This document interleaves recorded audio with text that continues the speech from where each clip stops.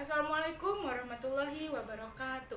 Sampurasun ibu bapak guru nu dipihormat sareng sadaya rencangan siswa kelas 11 musim kuring di Cinta. Langkung tipayun mangga urang sanggakeun puji sinareng syukur ka Allah Subhanahu wa taala anu parantos maparina nikmat sehat sareng hidayah ka urang sadayana. Tuluput kajungjunan urang sadayana Nabi Muhammad sallallahu alaihi wasallam. Ka para sahabatna, ka kulawargina, dugi ka urang salaku umatna. Amin ya robbal alamin.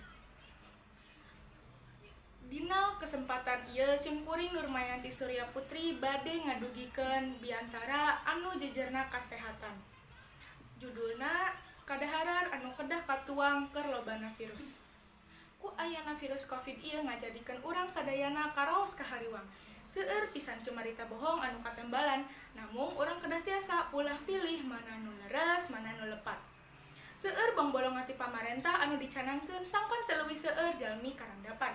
Di antarana nyaeta ngumbah leungeun salami 20 detik, hindarkeun balarea, katilu ti ayeuna ngalamitian hirup sehat, olahraga sareng kulem literatur dibarengan ku katuangan anu tiasa ngajagi sistem imun awak.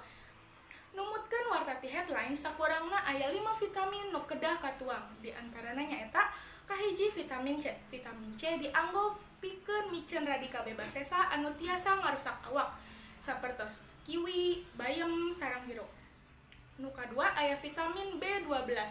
Vitamin B12 ngagaduhan peran penting kanggo ningkatkeun sareng ngagancangkeun pamulihan awak saatos tadamang. Sapertos endog sareng susu.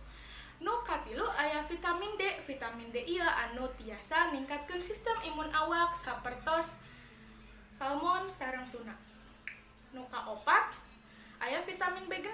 Vitamin B6 mantuan dina nambihan energi sapertos hayam sareng sayuran hejo.